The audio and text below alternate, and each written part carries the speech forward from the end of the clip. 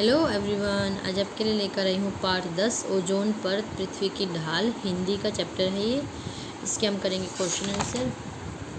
पहला है मौखिक क्वेश्चन, ओजोन गैस की परत कितनी मोटी है? ये पेज नंबर 81 पर है। पृथ्वी के चारों ओर 20-25 किलोमीटर की ऊंचाई पर ओजोन गैस की लगभग 40 किलोमीटर मोटी परत है।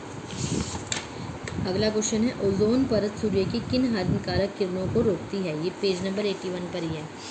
यह सूर्य की पराबैंगनी किरणों को पृथ्वी पर आने से रोकती है। अगला, CFC का पूरा नाम क्या है? CFC का पूरा नाम है क्लोरोफ्लोरोकार्बन। क्लोरीन का एक परमाणु ओजोन के कितने परमाणुओं को तोड़ सकता है? क्लोरीन का एक परमाणु ओजोन के लगभग 1 लाख परमाणुओं को तोड़ सकता है। CFC कितने वर्षों तक वायुमंडल में रहती है? CFC दीर्घकाल तक वायुमंडल में रहती है। और क्लोरीन, ये 4th क्वेश्चन है, जो क्लोरीन का एक परमाणु ओजोन को 1,150,000 वर्ष के परमाणुओं को तोड़ सकता है। और CFC कितने वर्षों तक वायुमंडल में रहती है? दीर्घकाल, यानी 150 वर्ष तक। अगला है बहुविकल्पीय, पृथ्वी से कितने किलोमीटर की ऊंचाई पर ओजोन गैस की परत पाई जाती है? 20-25 किलोमीटर। वैज्ञानिकों के अनुमान के मुताबिक प्रतिवर्ष कितनी CFC गैसें वायुमंडल में पहुंच रही हैं? 10 लाख टन से भी अधिक। CFC गैस का आविष्कार कब हुआ था? 1930 ईस्वी में। उसके बाद है लघु उत्तरीय क्वेश्चन इसके, पृथ्वी के किस भाग में ओजोन गैस का निर्माण बहुत अधिक होता है? ओजोन का निर्माण भूमध्य रेखा और उष्ण कटिबंधीय क्षेत्रों में सबसे अधिक होता है। अगला क्वेश्चन है, सूरज की पराबैंगनी किरणें किस कारण से पृथ्वी तक पहुंचने लगी हैं? इसका आंसर है, वैज्ञानिकों के अध्ययन से पता चला है कि ओजोन परत में छेद बहुत बड़ा हो गया है, इसलिए सूरज की पराबैंगनी किरणें पृथ्वी तक पहुंचने लगी हैं।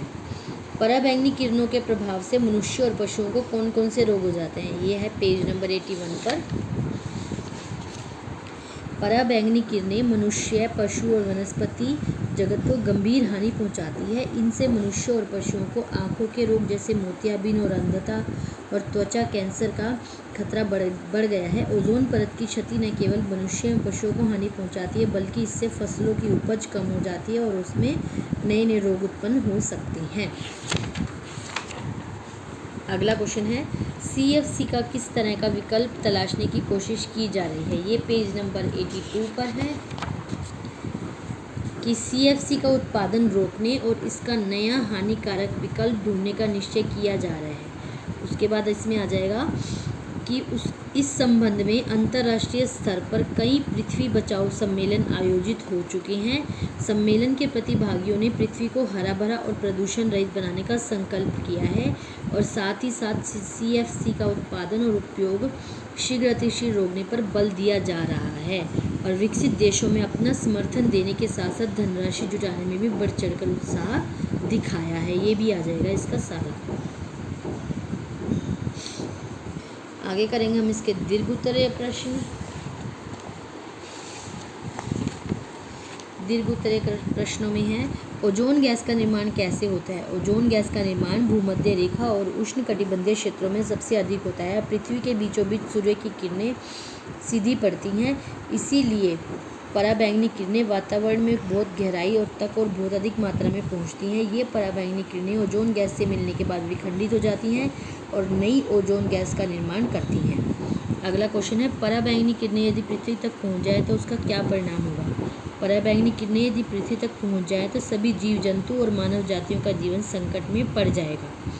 CFC गैस किस प्रकार ओजोन परत को नुकसान पहुंचा रही है? प्रतिवर्ष 10 लाख टन से भी अधिक CFC वायुमंडल में पहुंच रही है और ओजोन परत में छेद कर रही है। हमारी धरती के ध्रुवों के ठीक ऊपर ओजोन में काफ़ी कमी आ चुकी है। दक्षिणी ध्रुव पर अटलांटिका के पास ओजोन परत में काफ़ी बड़ा छेद हो चुका है, जो संपूर्ण विश्व के लिए अत्यधिक चिंता का विषय है।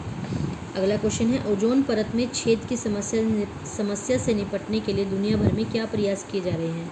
वैज्ञानिक तथा औद्योगिक अनुसंधान परिषद की 2 राष्ट्रीय प्रयोगशालाएं ओजोन परत का नाश करने वाली CFC रसायन समूहों के विकल्प ढूंढने के विश्वव्यापी अभियान में शामिल हो गई हैं। लेखक के अनुसार इस समस्या का हल ऐसी नवीन व सुरक्षित प्रौद्योगिकी अपनाकर ही निकाला जा सकता है जो वायुमंडल के लिए हितकर हो। अगला क्वेश्चन है, ओजोन परत की क्षति जीवधारियों के लिए बहुत बड़ी चुनौती है, स्पष्ट कीजिए। ओजोन परत का अध्ययन करने वाले जेट प्रोपल्सन लैबोरेटरी कैलिफोर्निया के वैज्ञानिकों ने ताज़ा रिपोर्ट तैयार की है। अमेरिकी अंतरिक्ष एजेंसी नासा के सैटेलाइट से मिली तस्वीरों के आधार पर रिपोर्ट कहती है कि ओजोन परत पर उत्तरी अमेरिका के आकार जितना बड़ा छेद हो चुका है। इसका आकार 2.5 वर्ग किलोमीटर आंका गया है।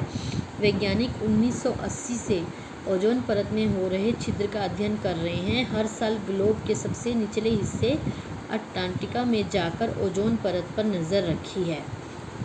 Thank you guys. अगर आपको मेरी वीडियो अच्छी लगी तो इसे लाइक शेयर और सब्सक्राइब कर दीजिएगा। Thank you guys.